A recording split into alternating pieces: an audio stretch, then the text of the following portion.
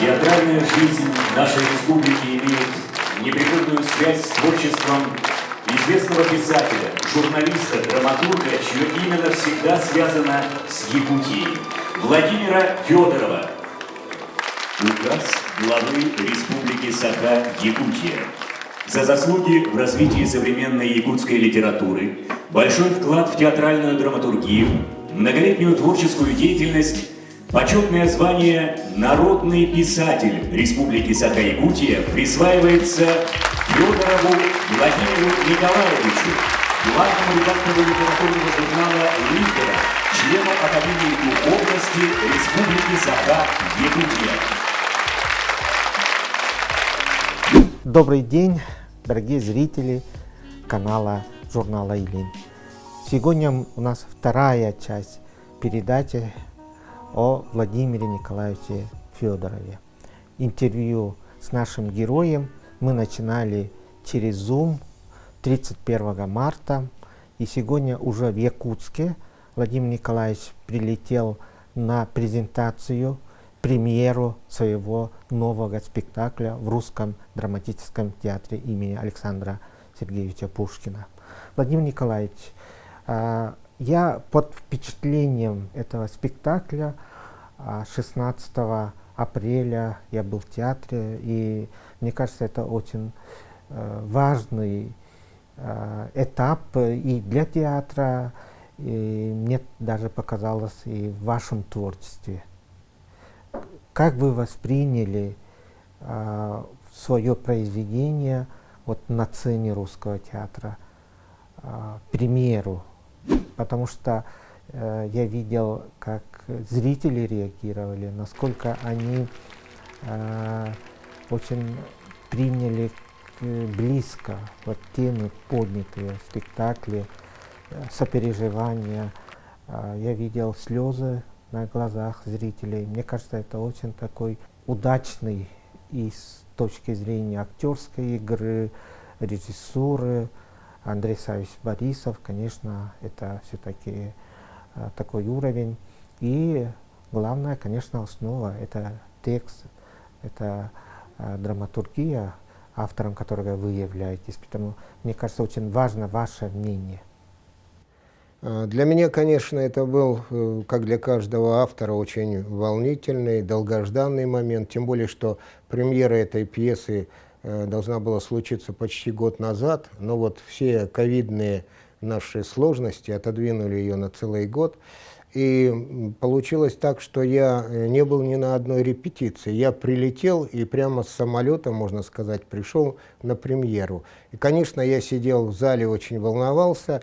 И, конечно, наверное, у меня было немножко другое восприятие, потому что, значит, когда вот видишь реализацию своей пьесы, вот, и ты все равно помнишь своих героев, помнишь тексты, как-то смотришь, насколько это совпадает, не совпадает, где режиссер что-то придумал новое, где-то там, значит, это первый спектакль. Спектакль ставился в очень таких, в условиях жесткого цейтнота.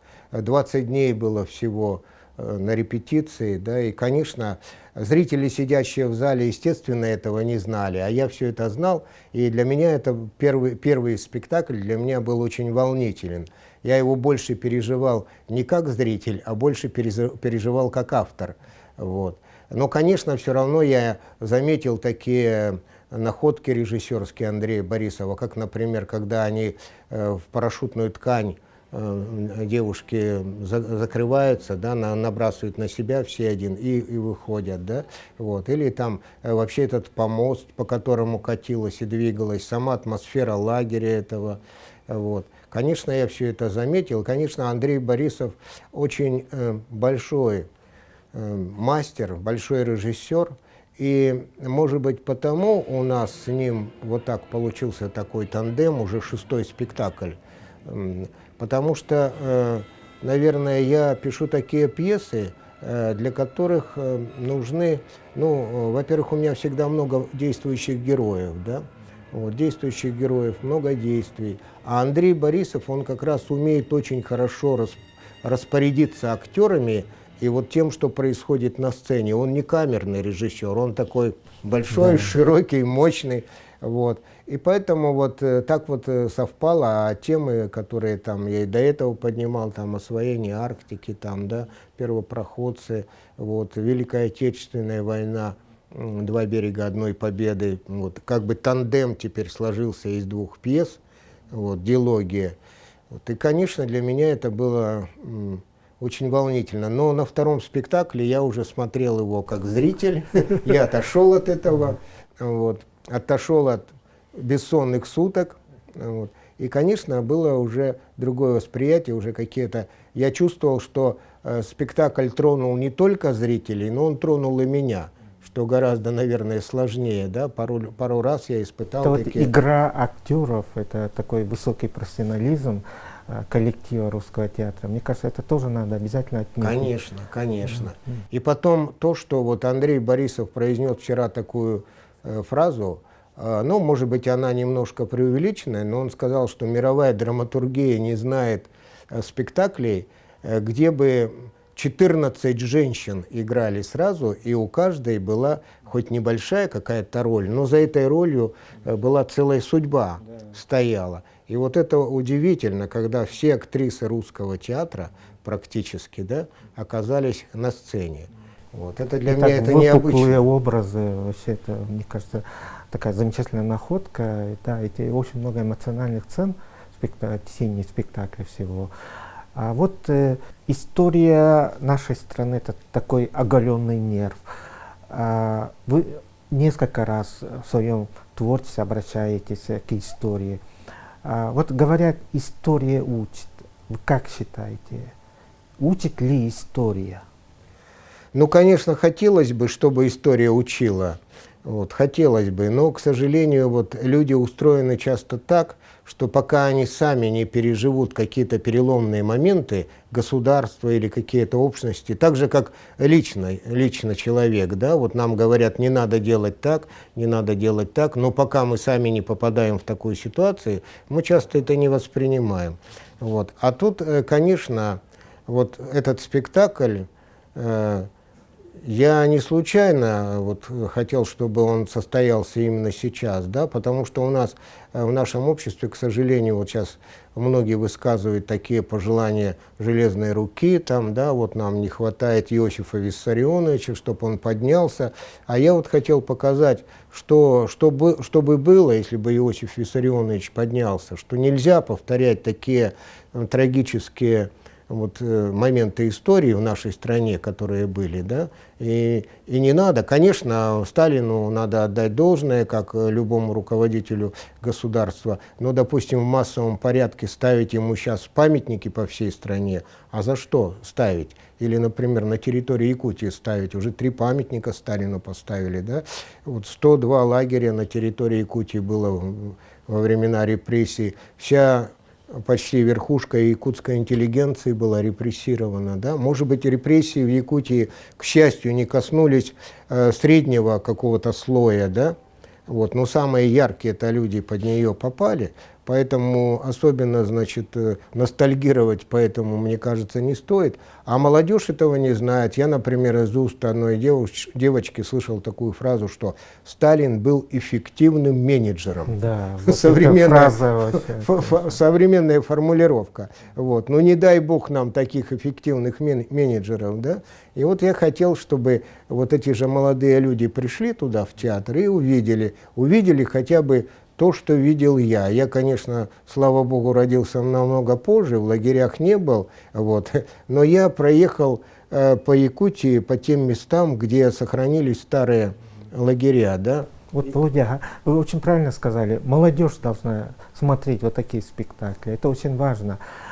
И вот уже, да, вы выступаете здесь как и исследователь истории. Вот, пожалуйста, об этом, да.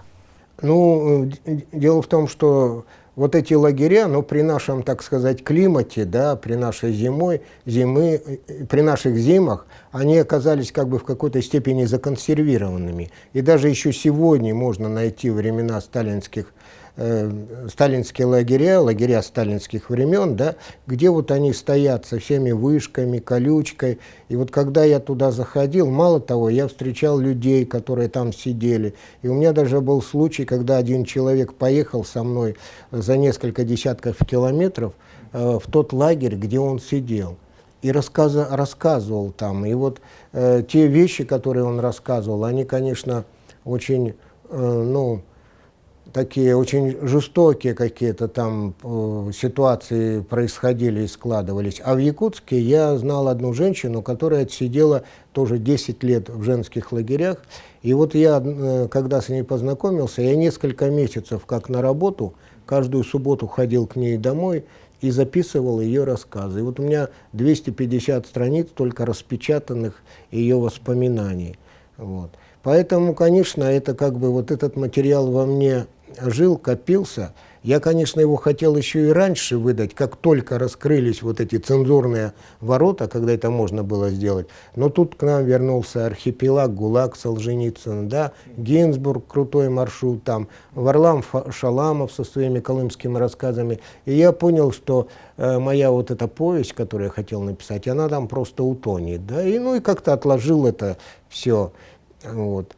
Ну вот сейчас мне почему-то показалось, что наступило такое время. Та волна, наверное, ушла, а вот волна какого-то, ну, немножко искаженного понимания вот того времени, да, она вот присутствует. То есть сказать свое слово. Да, сказать свое слово и напомнить еще раз, я думаю, вот, может быть, молодые люди посмотрят, и они не будут говорить больше об эффективном менеджере, когда они увидят, как это все происходило. А еще, Володя, может быть, вы не планируете какой-то больших формах повесть или роман по этой теме? Да, я вот планирую, конечно. И особенно, когда всякий драматург, наверное, так происходит, когда ты приходишь на свой спектакль, ты видишь, что все равно твоя пьеса полностью в рамки спектакля не может войти, даже пьеса.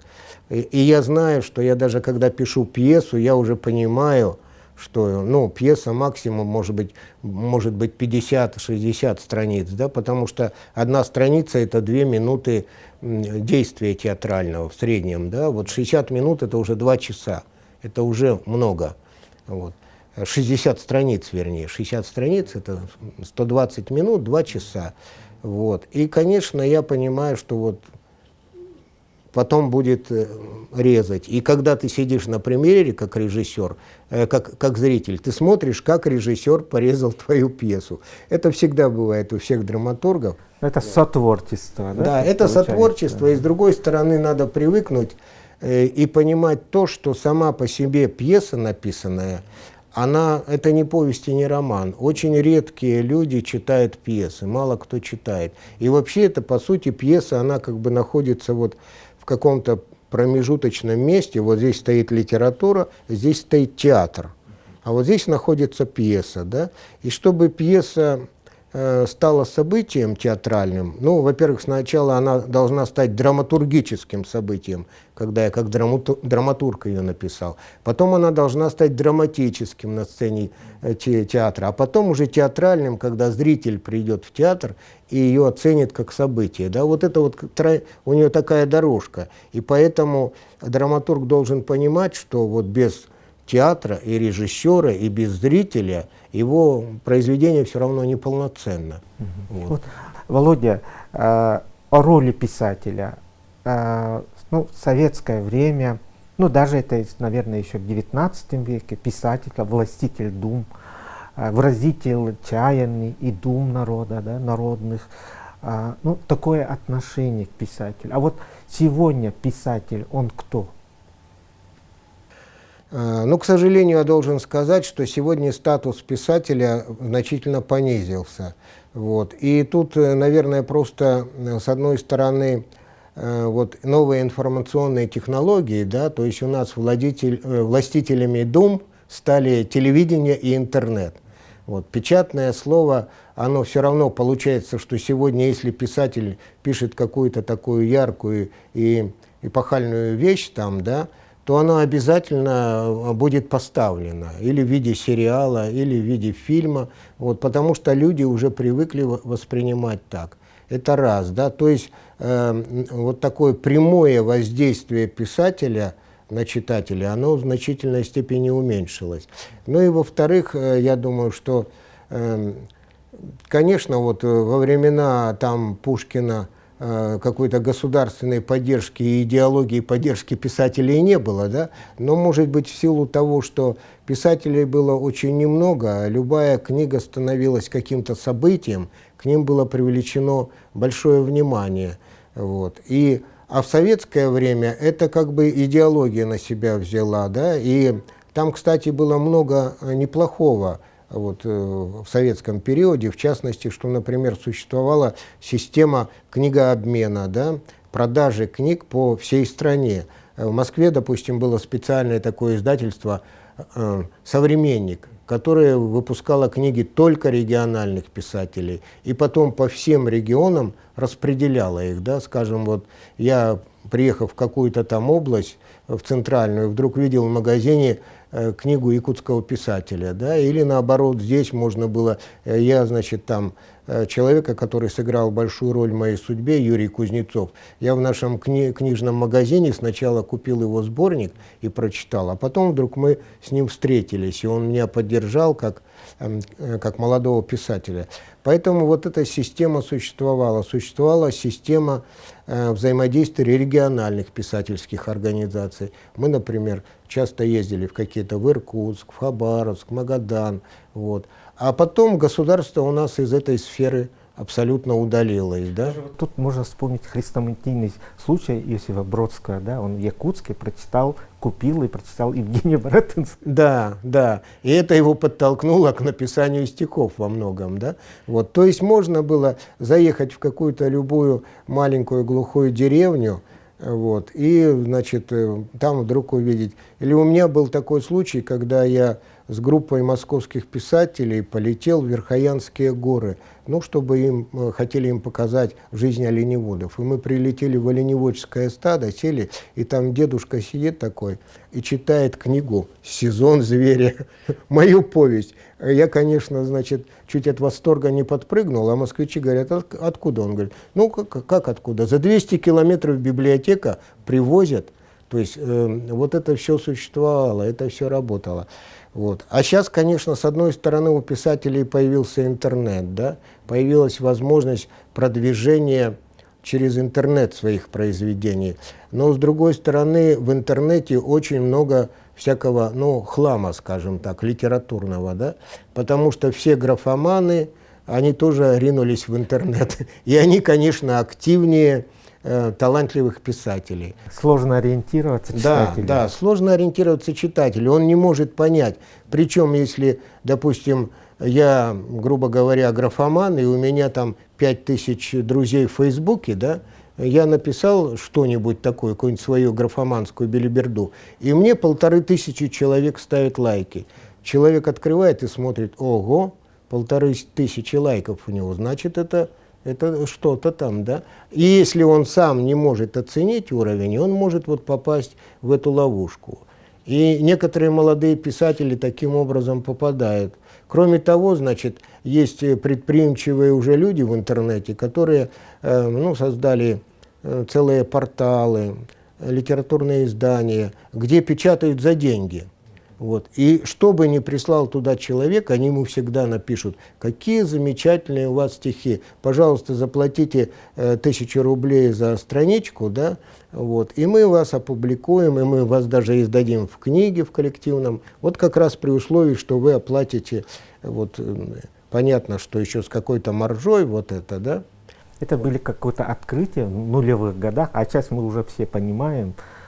Ну да, но вот, к сожалению, молодые не все как бы это понимают. И я часто сталкиваюсь с молодыми писателями, которые говорят: а у меня там столько лайков, у меня столько отзывов, да. Они не понимают, почему я предъявляю какие-то претензии к их качеству стихов, да. Вот, потому что как раз вот я бы сказал, что и уровень читательской аудитории, он тоже в наше время немножко понизился, потому что читать стали меньше. Конечно, есть вот какая-то прослойка и молодых людей, и взрослых, которые читают, интересуются, ищут. Вот. Но, к сожалению, есть прослойка тех людей, которые вот, значит, пытаются с минимумом слов общаться, значит, в WhatsApp или там, значит, в других каких-то сетях. Вот. И, конечно, это влияет на них. Но я думаю, что как во время всех революций, ведь у нас же тоже после гражданской войны произошла такая, скажем, какая-то деградация, да, разрушение литературы. То есть кого-то обвинили, значит, что они там враги, там, кого-то расстреляли, как Гумилева, которому вот мы несколько дней назад 135 лет исполнилось, да, и 100 лет, как его расстреляли. 35 лет. Вот там Пушкина сбросить с корабля современности, даже Маяковский поначалу, значит, кричал об этом. Вот. И потом какое-то время прошло, и вот культура, она как-то самоорганизовалась, самовозродилась. И я думаю, что здесь, наверное, тоже мне хочется верить, что вот этот мы... То есть преодолеем. Мы преодолеем. А вот, Володя, а вы кого читаете сегодня из современных русских писателей? Дело в том, что, как бы я сказал-то, что писателю, когда он работает над какими-то темами, да, иногда вредно читать писателей, которые пишут об этом же. Потому что, во-первых, есть риск попадания хоть под какое-то влияние, да, или что-то еще. И когда вот я, например, о чем-то начинаю писать, я читаю только документальную литературу. Я вот сейчас очень много читаю документальной литературы, вот, ну а русских писателей только когда уже там все говорят о каком-то романе, там, да, допустим, ну там, значит, Пелевин, там, «Обитель», да? Когда уже все прочитали, я через полгода или через сколько-то, значит, прочитаю там, да? Читаю классику, потому что это уже читаешь другими глазами. Ты как писатель сам знаешь, что читатель читает одним образом, а когда ты читаешь вот сейчас, вот, например, тот же Федор Михайлович Достоевский, там один из моих любимых писателей, но сейчас, когда у меня 40-летний опыт редактора существует, да, я читаю его, и иногда желание есть что-то у него поправить, да. Вот. Почему? Потому что ведь он же надиктовывал свои романы, да, и у него не было времени, он же какой-то роман вообще, игрок, по-моему, меньше чем за месяц надиктовал, да, он над ним висел дамоклов меч, стенографистка сидела его, которая стала потом его женой, да, и она записывала, через 26 дней он принес и отдал роман. Это даже нынешним вот таким писателям детективов, да, ушлым, да, это рекорд, они там 2 месяца все равно, 2-3 пишут. А он, поэтому вот понятно, что у него могла, а Лев Толстой, конечно, тот по 15 раз некоторые варианты переписывал. Конечно, у него более вылизанная такая чистая речь там, да. Вот, поэтому сейчас уже смотришь и так, и смотришь, какие они художественные средства использовали. А вот из вашей писательской кухни, как вы работаете над текстом? Ну, я работаю, я вот тоже сначала, наверное, как-то сам для себя это опытным путем сложил, а потом стал на каком-то этапе, уже даже относительно недавно, может, лет 10 назад, я решил почитать и посмотреть, как работают, значит, с текстами другие писатели. Ну, причем такие звезды какие-то, да, там, типа там Стивен Кинг, там, Маруками, там, да, вот какие-то, и, ну и какие-то наши российские большие. И оказалось, что технологии очень похожие. То есть у каждого писателя есть какое-то время, вот, у кого 4 недели, у кого 2, у кого 2 месяца, у кого даже 4 месяца. Это когда ты написал свой текст, ты его берешь и кладешь в ящик стола, никому не показывая. Никому не показываю. И когда вот ты, у меня тоже там недели 2-3 иногда, через сколько-то я его беру, и когда я его начинаю читать, я вижу то, что я не видел сразу, когда написал. Я вижу, что я какие-то моменты упустил, я вижу там стилистически, я вижу что-то еще. После этого считается, что можно кому-то показать, но опять не редактору, а какому-то близкому человеку, желательно вообще не литератору, обычному читателю, чтобы он прочитал и сказал: ну ерунда у тебя, неинтересная вообще, что тут читать-то, да? Вот, тогда это вот сразу такой щелчок. И после него не обязательно с ним соглашаться, можно с ним поспорить, но вот тот же, значит, Маруками, да, он, значит, говорит о том, что он отдает жене читать, да, и жена говорит: вот ты там, и там, и там, а она совершенно не писатель, сделал не так. Он говорит: я с ней спорю, да, что нет, все я правильно сделал, потом я задумываюсь. А потом я решаю, что если ей показалось, что там написано неправильно, значит, я написал там, можете, правильно, но, наверное, написал не так, как это нужно было сделать, да, чтобы убедить человека, что вот после этого, он говорит, я это исправляю. Поэтому я тоже отдаю читать жене, которая не филолог и не, ну и каким-то близким друзьям. Вот. А потом Надежда уже... главный ваш читатель. Ну, а первый, супруга. да, первый читатель, да, первый. И какие-то близкие друзья, в том числе журналисты. Вот. А потом, конечно, уже я вот, возвращаюсь, соглашаюсь, не соглашаюсь, тоже спорю, потому что понятно, ведь каждый... Мне кажется, самое главное вот, для автора, для писателя, сначала увидеть своих героев. Вот. Я, например, их всех вижу, да, я вижу, как они ходят, как они говорят, как они одеты. И иначе, мне кажется, особенно в драматургии, невозможно написать какую-то более-менее удачную пьесу, если ты не видишь и не представляешь своих героев. А вот, кстати, а вы видите в каких-то ролях вот конкретных актеров? Иногда вижу, да, иногда вижу. Иногда режиссеры спрашивают: а как ты думаешь, вот эту роль кому лучше сыграть? Но сейчас, конечно, труппа русского театра, допустим, она очень молодая, очень новая, а я немножко, значит, со своей Москвой чуть-чуть не так вот интегрирован туда, да. А раньше я прямо видел, что вот эту роль может играть этот, эту может играть этот. Ну, сейчас, вот. И часто совпадало. Купшис, Тверитин, Да. немного осталось из той плеяды. Да, из той плеяды. Ну вот, кстати, я для Купшиса специально эту роль сделал, норвега, учитывая его акцент прибалтийский, да, и вот, значит, типаж этот, вот я специально для него, там изначально задумывался другой человек, а потом я сделал для него эту роль. Ни хрена себе прогул! Вот так Федя, гражданин начальник. Это надо неделю туда тащить, по буеракам, потом обратно с бочками. Мы все-таки люди, а не скот. Нашел с чем сравнить. На Колыме любая скотина 5 раз дороже бригады зэков. А если еще при погонах, тем более. Ты язык, норвег-то, прикрой! А что? Туманову с рапортом побежит. И вот поэтому вольно-невольно, если человек пишет пьесы, он должен быть и актером внутренним, и режиссером. Вот почему на премьере себя драматург чувствует не очень комфортно часто, да?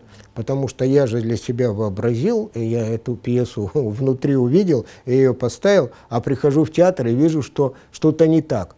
И мне надо какое-то время, чтобы с этим согласиться, так же, как с замечанием жены после чтения, да, романа. Вот. Надо, хотя тут, конечно, специалисты делают, но все равно я-то их видел такими. И вот это важно. Поэтому я не понимаю тех писателей, которые не видят своих героев. У меня был вот не так давно момент, когда, значит, один написал повесть, да, и он в самом начале, описывая девушки, говорит, описывая девушку, ей очень шла эта короткая стрижка и какие-то там, значит, к ее каким-то глазам, карим, допустим, там, да, и какой-то цвет волос. Потом, значит, а у него все действие происходит в течение недели в этой пьесе. А в конце пьесы он пишет, что она поднималась по лестнице куда-то там, значит, вот. И ветер раздувал ее длинные какие-то волосы другого цвета. Я говорю, ну ладно, женщина волосы может перекрасить вот, в течение недели, но отрастить-то их, значит, то была короткая стрижка и очень шла, то вдруг длинные волосы. Как может быть такое? Это вот говорит о том, что человек не представляет своих героев. А для меня это обязательное условие. Вот, Володя, вы представляете русскую литературу Якутии. Есть прекрасные писатели, вот и ныне создающие свои произведения. Но в этом году я хотел бы вот с вами вспомнить имена Юрия Шамшурина, Сергея Шевкова, Алексея Михайлова, которым тоже исполняются юбилейные даты. Да? Вот, Юрию Ивановичу вообще 100 лет. Да? Вот вы были ли с ним знакомы, Шамшуриным? Ну, я в силу возраста лично с Юрием Шамшуриным, к сожалению, не был знаком, да, но я помню, что вот его книга «Счастье в твоих руках» это была как раз одна из настольных книг у меня, подростка, и он приезжал, у нас же как раз в Кобейском районе, где я родился, первый газопровод в Якутск назывался Тастумус-Якутск, я родился в Тастумусе, а у него вот эти геологи, которые открывают вот это месторождение полезного газа, подземного газа в его романе. Вот. И он туда приезжал, он там с ними жил. И те люди, которые постарше, конечно, с ним общались. Моя мама, например, хорошо его знала, она его называла просто Юрой. Вот. Мало того, она еще его знала по Заполярью, потому что когда он раненым пришел с войны, да, его рано демобилизовали, он не до победы воевал, он в 43-м году, что ли, уже возвратился. И поступил здесь в пединститут, а потом он решил, что в такое время быть студентом, ну, когда вся страна воюет, и все, надо что-то такое делать более полезное. И вот он уехал на север Заполярья, и вот мама там с ним познакомилась, она его там знала, он преподавал военное дело в школе, да, и там же писал свои первые северные рассказы. Поэтому как бы семья была с ним знакома.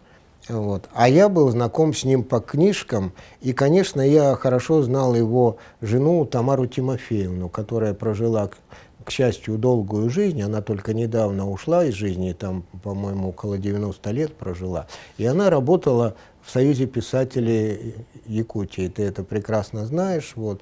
И мы с ней часто общались, она о нем тоже рассказывала много, поэтому вот как-то опосредованно я его знал.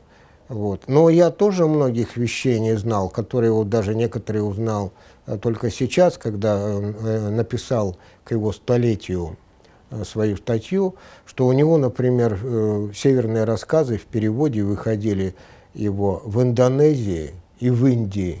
Вот, чтобы, сейчас трудно предположить так, чтобы книга вот живущего, значит, в Якутии писателя, не говоря там о Франции, Англии и каких-то соцстранах, а вот в Индонезию каким образом попала и как заинтересовала вот жизнь северян, индонезийцев, да, вот это вот, и, конечно, тут, наверное, каких-то два я импульса, может, даже подсознательно от него получил. Первый импульс писательский, а второй геологический, потому что, прочитав роман о геологах, я уже где-то стал подумывать о своей будущей профессии. Я же по профессии геолог, в конце концов пришел в геологию. Поэтому вот и эти геологи, они жили в нашем Тастумусе, жили в соседнем поселке Промышленный. Это тоже было необычно, что вот такое маленькое сельское рыбацко-охотничье якутское село вдруг такая ворвалась, ну,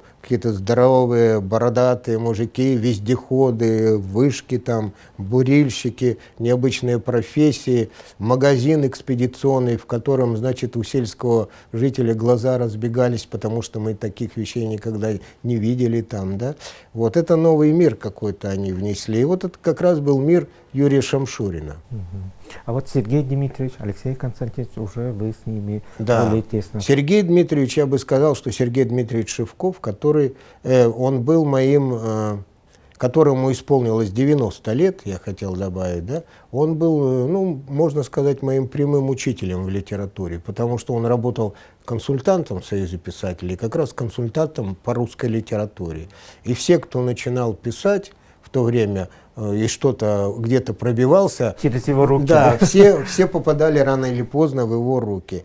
Вот. Ну, надо отдать ему должное, хотя он на 20 лет был старше нас, он был очень такой демократичный человек, и вообще он гордился своим таким происхождением пролетарским, я бы сказал. Там он в молодости работал там грузчиком, значит, слесарем. Вот, у него в трудовой написано, и у него какое-то стихотворение есть, но при этом он очень много занимался самообразованием, ну и заочно закончил историческое отделение нашего университета. И вот, может быть, моя тяга к истории, она каким-то образом была им туда, значит, инициирована, да, вот. А первое его стихотворение, я помню, что я прочитал в школе. В школе пионер-вожатая выпустила стенгазету, и на этой стенгазете было стихотворение о человеке, который плыл по Лени. Вот, плыл по Лени на пароходе. И я до сих пор помню эти строки, значит, хоть с палубным билетом, лишь бы плыть. То есть он такой был, Сергей Дмитриевич, тоже. Вот в то время существовали так называемые палубные билеты, да, если не было мест в каютах где-то, человек покупал билет, и он где мог, там и спал на этом теплоходе, где мог, сидел. Вот. И для меня это было потрясение в каком смысле, что я же, как все дети якутские того времени, учился по учебникам, которые в Москве печатали, и все стихи, которые мы там читали, это были стихи классиков, либо стихи русских поэтов. И я ни разу не встречал стихотворения, которые бы, допустим, о реке Лени кто-то написал. И вот это меня потрясло, что, оказывается, есть люди, которые пишут о нашей реке Лени, и как здорово пишут. И я сразу запомнил это имя и фамилию — Сергей Шевков. И потом получилось, что уже через 20 лет, вот, когда был студентом-геологом, и когда, значит, стал писать первые стихи, вот мы с ним соединились таким образом. Он был первым редактором моего первого сборника тоненького «Звезда в снегу», был Сергей Дмитриевич, очень много помог. Вот. И при этом, я говорю, он был вот такой очень простой человек. У меня до сих пор его книга, сборник стихов, которые я всегда, когда открываю, всегда улыбаюсь, а там написано «Володьке Федорову от Сереги Шевкова». Стоит его подпись. А Серега был в 2 раза меня старше. Вот. И вот такой Сергей Дмитриевич был. Душа нараспашку. Да, Вот да, такой. я его очень хорошо помню, Да, когда такой, общался. да. Вот. Потом, значит, Алексей Михайлов. Алексей Михайлов был, конечно, помоложе. Он, к сожалению, из жизни ушел очень рано. Ему не исполнилось даже 50 лет. Он накануне своего юбилея. Вот. Но Алексей Михайлов — это такая плеяда газеты «Молодежь Якутии». Он был редактором «Молодежки» в свое время, когда я начинал печатать стихи. Да, вот я тогда уже с ним соприкоснулся. Вот. И потом, значит, он был редактором газеты «Кым». Мы в Доме печати вместе работали, вместе были. Вот. И, ну, он был такой очень открытый, конечно, очень талантливый, очень такой тоже, несмотря на то, что, казалось бы, он, ну, в те времена редактор газеты «Кым», это член бюро обкома партии, это вот такой уже чиновник там, да. Вот. Но, говорят, единственный чиновник, кто себе позволял ходить по ДП-1, по ДП-2 с расстегнутым воротником и без галстука, Без галстука. это был Алексей Михайлов. И потом, значит, ну вот можно такой чисто поэтический, что ли, вспомнить случай, тоже который его характеризует. Значит, какое-то было событие у Егора Неймохова, может, даже день рождения. А мы с Егором, кстати, родились с Неймоховым в соседние дни. Он 30 марта, я 31. Ну и как это у поэтов водится и водилось сейчас, он пришел с бутылочкой, значит, забрал меня, и мы спустились к Алексею Михайлову в кабинет Кым. Вот он, кабинет редактора Кым, значит, все. Казалось бы, можно выпить, поздравить и разойтись. Алексей говорит: нет, ребята, так не пойдет. Пошли вниз, садимся в машину, выезжаем на середину Лены. Выходим из машины. Он говорит: ну вот теперь можно, потому что поэты и писатели не должны вот так где-то в кабинете отмечать это. Вот. Потом, значит, он еще там спел что-то, вот. Хотя там не столько было этого алкоголя, чтобы это как-то было там повлияло, но сама вот атмосфера и сам вот его этот поступок, да, у него же и там времени не так много свободного было. Но вот такой был Алексей Михайлов. И он тоже, конечно, очень много помогал молодым поэтам, особенно когда он работал в газете, и потом он писал на русском языке, свои стихи, он прекрасно знал русский язык, и поэтому русскоязычных поэтов он мог очень многому научить. Вот. Вот, Володя, еще часть вашей жизни — это вот «Полярная звезда», журнал, да?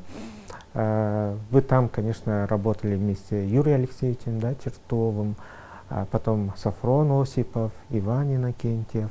В общем, вот такая плеяда русских тоже писателей. Хотя вот русскоязычными, вернее назвать, да, Ивана и Сафрона, или как, вот это тоже.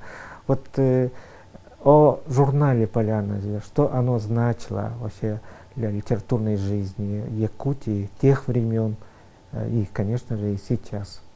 Ну, конечно, вот литературные журналы, если взять, опять же, советские времена, да, их было мало. Сейчас у нас, наверное, их, может быть, в десяток раз больше по стране, может, даже в несколько десятков. А тогда можно было все журналы пересчитать по пальцам, но зато была организована система их распространения через «Союзпечать» на весь Советский Союз. И у меня был случай, когда я приехал куда-то в Крым, захожу в киоск, там стоит журнал «Полярная звезда». Да? Вот. То есть этот журнал знали не только в России, во всех союзных республиках его знали. И особенно вот коренные малочисленные народы, они, значит, его вообще боготворили. Почему? Потому что один раз в году полностью весь номер отдавался, значит, представителям этих литератур. И у меня до сих пор вот дома лежит такая пакет фотографий, в котором это портреты писателей всех, значит, северных малочисленных народностей, начиная от Лапландии, там, да, от Кольского полуострова и заканчивая Дальним Востоком, заканчивая Амуром и Санги. Вот такое, потому что мы их регулярно печатали, и вот я хранил эти фотографии, они у меня, слава богу, и сейчас. Вот. Поэтому тогда вот опубликоваться в «Полярной звезде» это означало, что уже стать известным, может быть, по всему Советскому Союзу. Такое бывало, что какое-то произведение здесь выходило, и, значит, вдруг потом из Москвы, откуда-то еще следовала реакция, что вот как замечательно написал, или вот какой поэт. Поэтому журнал, вот и тираж у него в те времена, рекордный тираж «Полярки» доходил до 16 тысяч экземпляров. То есть для литературного журнала, да, это было очень, очень солидно. Но потом, как бы вот в 90-е годы произошел как бы второй расцвет «Полярки». Да? Вот ты вспомнил Ивана Иннокентьева, Сафрона Осипова, еще у нас Аита Шапошникова работала. Да. Вот. То есть получилось, что в одно время вот пришла такая молодая туда группа людей, вот, и я стал главным редактором, мне было, не знаю, 37 или 38 лет, но в те времена я был самым молодым главным редактором литературного журнала в Советском Союзе, потому что везде сидели такие опытные мэтры, маститые. К чему это привело? Это привело к тому, что мы в «Полярке» сделали целую революцию. Да? Вот. Немногие знают, что, например, впервые в литературном журнале роман Набокова «Лолита» был напечатан в «Полярной Да, звезде». и Мисима. Да, да, Мисима был напечатан. Артур Кларк, который был в Советском Союзе запрещен, впервые напечатан у нас. Потом, значит,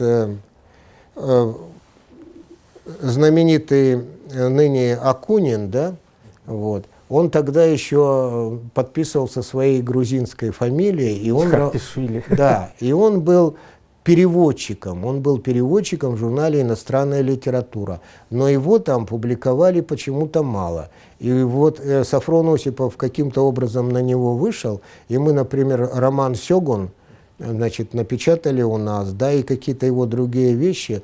Он много предлагал японских авторов, которые никогда не звучали, вот, западных каких-то. И с другой стороны, вот тогда же впервые прозвучало имя святителя Иннокентия. Вот, Николай Якутский написал о нем повесть, а я перевел на русский язык эту повесть, и мы ее опубликовали. И вот тогда впервые, потому что уже имя это было фактически за годы советской власти забыто. Вот. А мы его имя это вернули. Да. Вот. Или даже интересная вещь с романом Тыгын-Дархан. Ведь Тыгын-Дархан впервые появился у нас в переводе Аиты Шапошниковой на русском языке в «Полярной звезде», потому что мы были такие молодые и шустрые, а книжное издательство еще раздумывало. Ну, потому что ведь опять эта цензура только-только ушла, да, вот. А Далан, мы все знаем, что у него была трудная судьба, он был репрессирован, вот. И там, видимо, какое-то эхо, значит, еще было, и вот они, и мало того, что мы напечатали на русском языке, мы его выдвинули на государственную премию Аюнского, и он ее получил.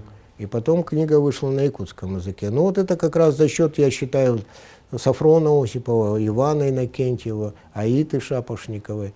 Вот. Но еще у нас работал Иван Антонович Лосков, которому тогда было 40 лет, мы считали, что он самый старый в нашей редакции вообще, да, вот его 40-летие отмечали так. Он тоже был очень интересной личностью, он, конечно, был противоречивый такой, да, противоречивый, и он где-то, его трудно было, он был такой сам по себе же такой невысокого роста, да, но говорил таким глубоким басом, и был как танк, да, если вот он куда-то шел, его убеждать в чем-то было бесполезно. Вот на этом и многие произошли его конфликты вот, с якутской литературой, допустим, да, потому что по какому-то формальному признаку он иногда следовал, да, вот. Ну, что касается того же Аюнского, там, да, вот, конечно. И, допустим, то, что там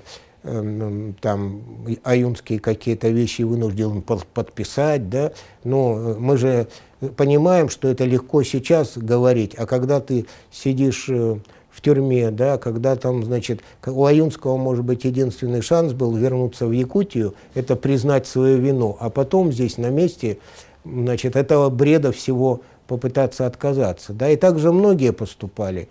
Я вот своими глазами видел, значит, личное дело секретаря обкома партии. Пивзняк был такой секретарь обкома партии, да, вот, и его обвинили, ну, как понятно, все эти глупые обвинения, там, да, шпионаж там в пользу японской и английской разведки, и он, конечно, пишет, что он не подписывает эти протоколы, не соглашается. И потом в деле подшито, значит, его признательный приговор подшит, да, и следом подшита, значит, такая бумага, на которой написано, что семье, жене и детям Пивзняка разрешается выезд из Якутии. То есть все становится понятным, да, ему сказали, сегодня ты признаешься, что ты шпион, мы тебя садим, там, расстреливаем или что-то, но твоя семья уедет. Или ты не подписываешь, поэтому вот исходить из какого-то формального признака нельзя в таких вещах. Конечно. Конечно. А Иван Антонович, к сожалению, вот иногда таким чересчур был прямолинейным. Но я его еще почему вспомнил? У него же тоже юбилей. Ему 80 лет в этом году исполнится. Да. У него тоже были хорошие произведения. У него поэма «Тамерлан» была такая знаменитая, целая книга. Вот. Потом у него были рассказы, он очень много с речниками любил ездить по Лени. Вот. И потом он много книг издал в Белоруссии, герои которых были наши якуты или якутяне, даже детские книги. Потом он написал такую историческую книгу «Песчаник и не песчат». Это вот момент, когда первые россияне пришли в Якутию, да?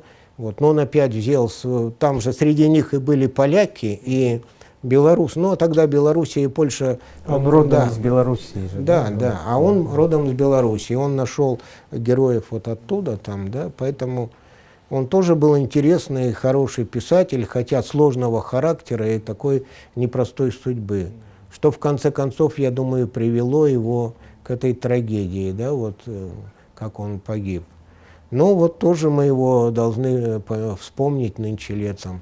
Получается вот такие интересные ступеньки. 100 лет Шамшурин, 90 лет Шевков, 80 лет Лосков, 75 Михайлов. 75 Михайлов, 70 Федоров. 70 Федоров, да? Это целая история Да. русской литературы. Да, да, да, Якутии, как бы весь год. И Валерий Коньков. Ты, возможно, не помнишь такого молодого Не, я писателя? его помню, Помнишь, но, да, да. его стихи, книги, Который в вот, 38 лет конечно, ушел из жизни, да. умер от инфаркта, но ему тоже 70 лет будет. А, И вот получается вот такой невольно у год, него очень хорошие стихи же были, Да. помню. невольно год юбилеев русской литературы Якутии получается. А вот, Володя, можно ли говорить о какой-то традиции русской литературы Якутии? Ну да, наверное, она все-таки есть, потому что получается, что мы же все друг из друга выросли. Вот можно сказать, что Юрий Шамшурин — это вот в новое время как бы вот первый человек, который так обозначил, а, скажем, Сергей Шевков, вот это уже шла вторая волна. Сергей Шевков, Владимир Серкин, значит, Лев Сучков, Леонид Коноплянников, Вячеслав Рябцев. Вот была такая плеяда поэтов, из которой выделился Сергей Шевков. Но мы их всех знали, и они были в какой-то степени нашими наставниками, и мы, конечно, шли по их пути. Да? Вот. И точно так же, я думаю, сейчас происходит тоже вот те ребята русскоязычные, русские, которые пишут, они все равно за нами идут.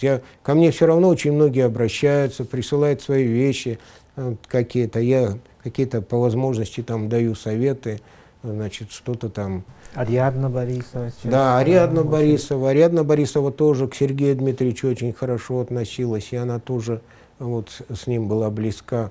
Вот, тем более, что, значит, ну, он же жил в Житае, да, жил в Мархе, да. Вот, и они вот даже географически с ним пересекались, близки. Вот, поэтому я думаю, что традиция существует. И мне кажется, что эта традиция какая-то хорошая. Вот.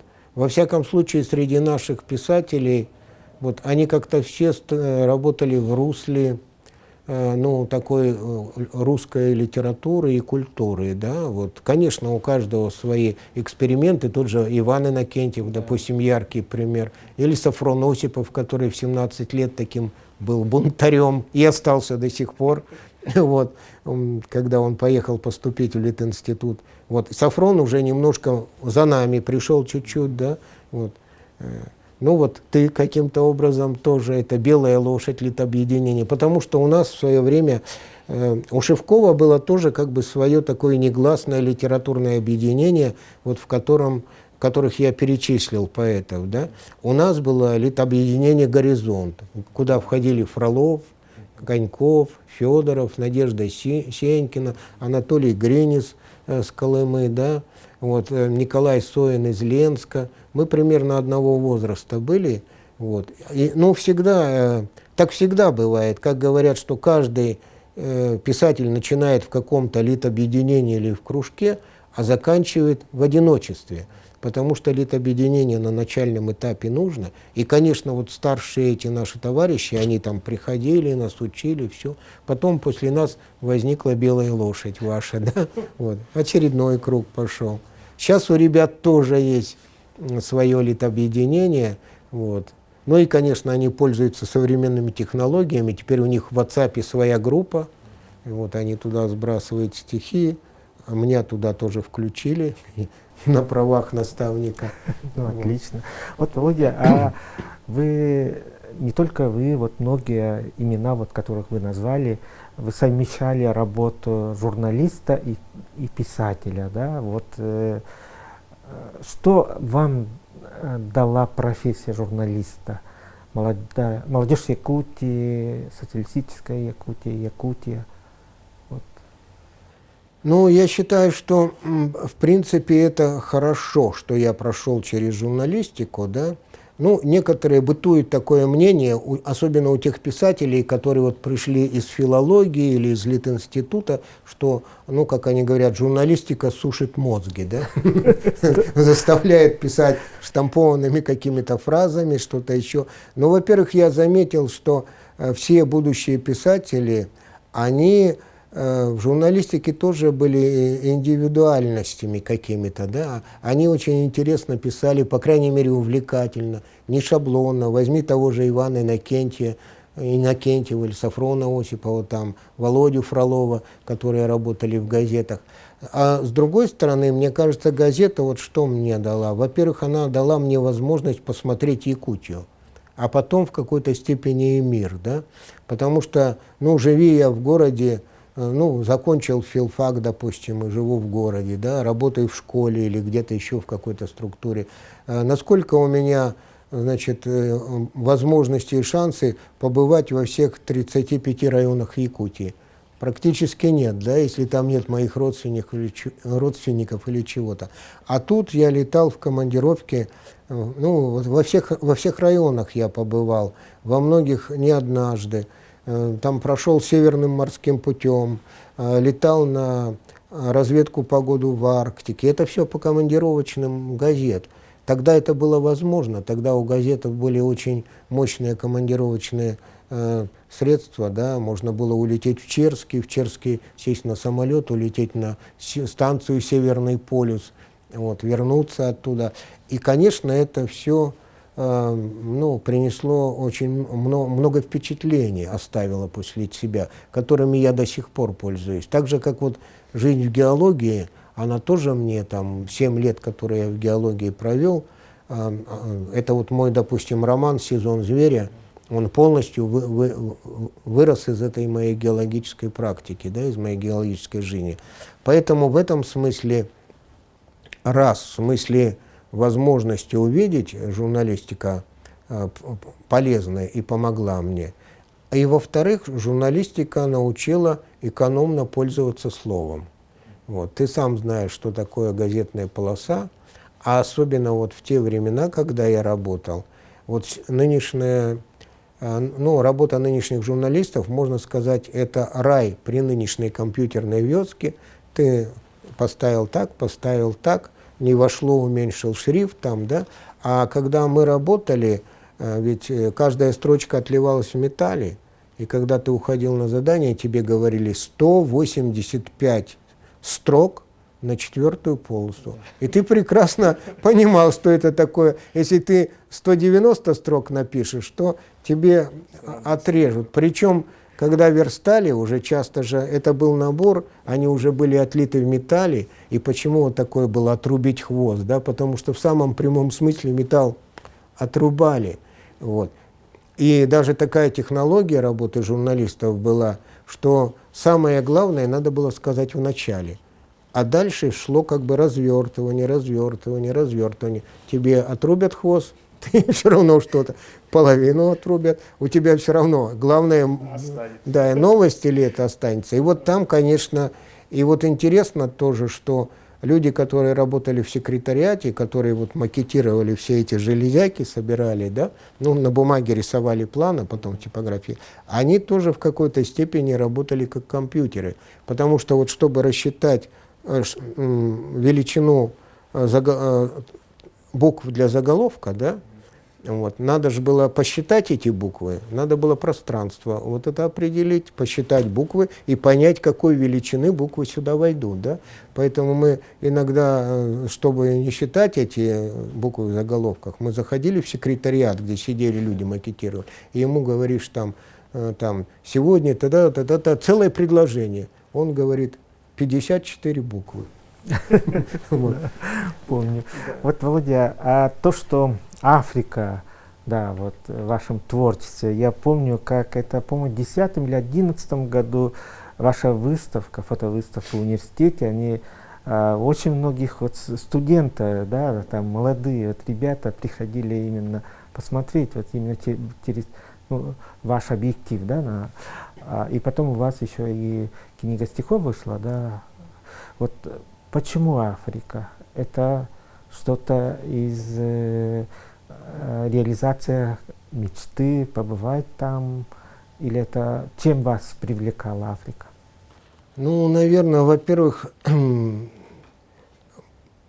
конечно, это еще, наверное, какая-то детская мечта, хотя, может, это мечта вопреки, да, мы же все в детстве Корнея Чуковского учили, да, читали: «Не ходите, дети, в Африку гулять, в Африке там гориллы, злые крокодилы» и так далее, да. Во-первых, это наоборот интриговало, а почему так, неужели так? А во-вторых, в детстве вот все-таки даже в нашей сельской глубинке, в нашем же Тостумусе всегда продавались хорошие книги. И, допустим, ну, того же там Дюма, значит, Майн Рида, вот эти африканские истории там, значит, которые они описывали, да, я их в детстве прочитал. И, конечно, это было очень, ну, это совершенно другой мир был. Это раз. Во-вторых, получается, что как я попал в Африку, я сначала попал в Гренландию, да, а в Гренландию я попал вот на моем интересе к шаманизму и к шаманам. Там, значит, не более, да, не более, не менее, как проводили в 2000, наверное, так, нет, наверное, 2007 году или 2008 всемирный слет шаманов. Вот. А я к тому времени выпустил в Москве 2 книги и здесь, в Якутске, 2 книги на эту тему. И, значит, негаданно, нежданно попал в число экспертов по шаманизму. Еще по мне прошел такой небольшой ролик. Сначала здесь на телевидении, потом, значит, в Москве, а потом мой друг даже в Америке увидел этот ролик каким-то образом. Ну и сработало то, что туда пригласили вот известного ивенкийского шамана Савея, пригласили Анатолия Алексеева, который занимается изучением ивенского шаманизма и ивенкийского тоже, да, ваш коллега по университету. И меня вот одного ученого, одного шамана и одного человека, который об этом пишет. И вот мы оказались в Гренландии. А там оказались шаманы со всего мира. Мы там, значит, 15 дней как бы общались в этой, варились в этой, на краю вот ледового этого щита как раз. Вот. И там в том числе были из Африки люди. Вот. И там же вот зашел разговор о том, что россияне боятся ездить в Африку. Вот. Ну вот, наверное, это детская книга. И потом нам же всегда говорят, там всегда войны, там всегда что-то еще. Это какой год был? Ну, это 2007 или 2008 был. Да. Ну, ездит, но мало. А из Сибири еще меньше, а из Якутии еще меньше ездит в Африку. И тогда мне, значит, один руководитель туристической компании сказал, что вот мы, значит, вам там даем бесплатно путевку, вот, только пролет оплачиваете, а пролет был недорогой. Но вы напишите об этом, и вот, значит, мы хотим, чтобы вы это опубликовали, чтобы у людей как-то вот этот стереотип разрушить, что ничего там такого страшного в Африке нет, и надо туда ездить. Ну и потом они знали, что я фотографирую, и они там потом на своем портале очень долго мои фотографии крутили. И здесь я сделал фотовыставку. Вот. Но интересно еще то, что когда я попал в Африку, я почувствовал себя совершенно комфортно там. И как-то вот очень хорошо. Ну, во-первых, у нас в Якутии жара летом не меньше, чем в Африке, да, такой же сухой климат, 30 с лишним градусов, вот. Там пугают москитами, но по сравнению с нашими якутскими комарами это смех, а не москиты их, да, такое их ничтожное количество. Вот. И что-то еще произошло, потому что, ну вот в этой же Гренландии я, допустим, прожил полмесяца, я не написал там ни одного стихотворения. А как только я попал в Африку, я сразу стал писать стихи. А это же такой процесс неуправляемый. И я в итоге там написал 3 стихов, да. про Африку. Вот. И меня потянуло туда снова. И через какое-то время, как только появилась возможность, я поехал еще раз, в результате 4 раза съездил. Понятно, с одной стороны, как для фотографа, Африка — это, конечно, рай и, может, последнее место на Земле, где вот можно встретить такое количество животных в дикой природе, где они там не пуганые, да, вот, где можно на 3 метра подъехать ко льву там, да, или к леопарду на машине там, да, но только не выходить из нее. А вот, Володя, в каких странах африканских вы побывали? И вот я сразу тут вспоминаю Хемингуэя, да, Килиманджаро. Были там? Ну вот как раз, когда я был в Кении и Танзании, это как раз те места, где Хемингуэй охотился в свое время, да, и я даже вот в своих очерках его упоминаю и в стихах. Вот. И потом это центральная часть, Восточная Африка, ну как раз экватор. И после этого я решил так, что надо побывать на самом юге Африки. Поэтому следующая поездка была в Южноафриканскую республику, ну и те, которые с ней соседствуют. Там было полумесячное путешествие по побережью, там с выездом на мыс Доброй Надежды. Вот, в общем, вот вся эта оконечность. Вот. А после этого, раз побывал на самой южной, самой центральной, самая северная точка у нас находится где? Тунис. И там, где находится пустыня Сахара, да, начинается, собственно. Вот. Тогда, значит, да, получается, что вот как бы три было точки. Ну и кроме этого еще поездки в Египет были, которым я тоже интересуюсь. Вот. Хорошо. Ну, Володя, а сейчас я все-таки вот в конце нашего разговора о шаманизме, да, потому что ваши книги — это, мне кажется, своего рода такое исследование. Это не просто вот как бы пересказ и так далее, да, а именно вот я все-таки вот как воспринимаете ваши книги как исследование о шаманизме. Вот, и вы родились в тех местах, овеянных легендами о шаманах, да. Вот, видимо, это как-то вам ну, дало толчок, что ли, да, и поинтересоваться этой историей о шаманах. ну да, с другой стороны, я думаю, это вообще какой-то был природный импульс, мне самому даже не совсем понятный, потому что ну, я же был пионер, да, родители были коммунисты, то есть идеология такая была. Но почему-то у нас, вот, когда я был маленьким мальчиком, у нас там и в нашем поселке Тастумусе жил километра за 2 один дед, который не хотел жить в селе, да, и в поселке Промышленном, которое, настоящее название которого было Аюн-Хая, Шаманская гора, тоже жил один дед, примерно на таком же расстоянии. Вот. И я почему-то к обоим дедам к этим сходил сам. Пришел и мне, а почему вот вы здесь живете, да, ну это же неудобно, там магазин, почта, все там, да, а вы здесь. И вот эти оба деда, они были учениками шаманов. И они говорили, что вот здесь похоронены шаманы великие, да, Тастумус, вот на этом мысу, наверное. Вот, поэтому здесь близко жить нельзя, нельзя его беспокоить. То же самое, значит, в Промышленном. Вот этот дед тоже так же мне рассказывал, и что вот он, ну и он говорил, сетовал он, что я был только учеником шамана, вот тот шаман был такой большой, он тут по воде ходил, это, а я типа шаман-недоучка, да, он умер, а больше подхватить было некому, и вот в детстве как-то это вошло, а потом я как бы об этом почти и забыл, но в каком-то возрасте, наверное, все это сидит в подсознании. Вдруг ко мне из издательства «Вечи» из Москвы, значит, обратились и сказали, у них такая была серия «Великие тайны». А какие великие тайны у вас в Якутии? Я говорю, ну, первое – это шаманизм. Вот вы можете написать об этом книгу?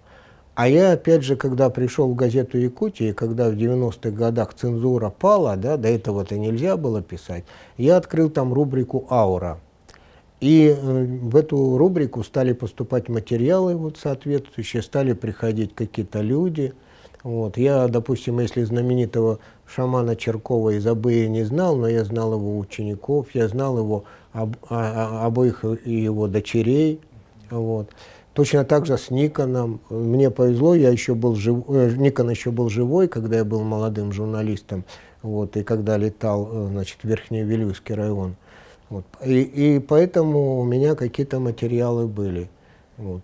Ну и вот, наверное, тот импульс, который как-то сидел с детства, интерес к этой теме. Вот. А потом, наверное, ты знаешь, что такой существует закон притяжения информации, да? Когда чем-то начинаешь заниматься, о чем-то писать, вдруг начинают тебе приходить, казалось бы, случайные люди, приносить какие-то книги, рассказывать какие-то истории. Ты вдруг попадаешь, прилетая в какой-то район, селюсь в гостиницу, вдруг оказывается там, значит, сосед по номеру завтра едет, ему кто-то пообещал шаманский самострел в тайге показать. Хочешь, поеду? Поедем. Конечно, хочу. И вот все это привело к тому, что достаточно большой массив. И ты правильно сказал, что это была больше исследовательская, не писательская работа. Я даже могу сказать, что я от 2 докторов наук получал предложение стать аспирантом. Написать Да, книги, да? перевести это но я подумал, что перевести эти 4 книги в научный формат, это уже, ну, довольно большой труд, да, надо было все сноски, хотя они у меня были. Ну, ты знаешь, как научные работы оформляются, и чем они отличаются от публицистики, да? Поэтому я так задумался и подумал, нет, наверное, я все-таки писателем останусь. И вот, Володя, вы же нашли, да, документы, подтверждающие, что Петр I приглашал якутских шаманов. Это, мне кажется, вот это было открытие именно. Да. А так как легенды как бы такие ходили, но никто не мог доказать. Да. А потом уже один из наших якутских писателей написал книгу, он мне об этом говорил. Вот. Да, это было такое, потому что я, конечно, смотрел много источников, собирал. У меня дома довольно большая библиотека по шаманизму, и потом я пытался все северные народы, как бы, ну, у них же у всех отличается, значит, шаманизм. И, допустим, вот о Юкагирском я один из первых написал. И потом, когда я стал писать и заниматься, какие-то люди, ну, как бы прониклись уважением. Ты знаешь же, что у северян не принято рассказывать о шаманах, говорить. А тут вот, допустим, Улуру Адо, которого все знают как филолога этого, он, значит, мне первому рассказал, его отец был последним юкагирским шаманом, да, и он рассказывал, как это отец проводил эти обряды тайно по ночам, как там у них амулеты шаманские, у них вообще юкагирский шаманизм очень своеобразный, да, вот, такой очень языческий он. И потом, значит, Егор Едукин, эвенский писатель из Заполярья, он, ну, у нас не принято рассказывать, но я тебе расскажу про своего деда-шамана, да.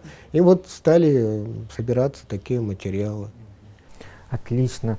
Это очень все интересно, но я, конечно, посоветовал бы нашим зрителям, особенно молодым, сходить в спектакль, прочитать ваши книги, потому что это на самом деле постижение, да, вот через ваши книги, через ваши произведения, не только вот прозаическое, но в том числе и стихотворные, да. Поэтому, Володя, большое спасибо, и я пожелал вам бы творческих успехов, ну и высот, так сказать, дальнейших высот. И поздравляю со званием народный писатель Якутии.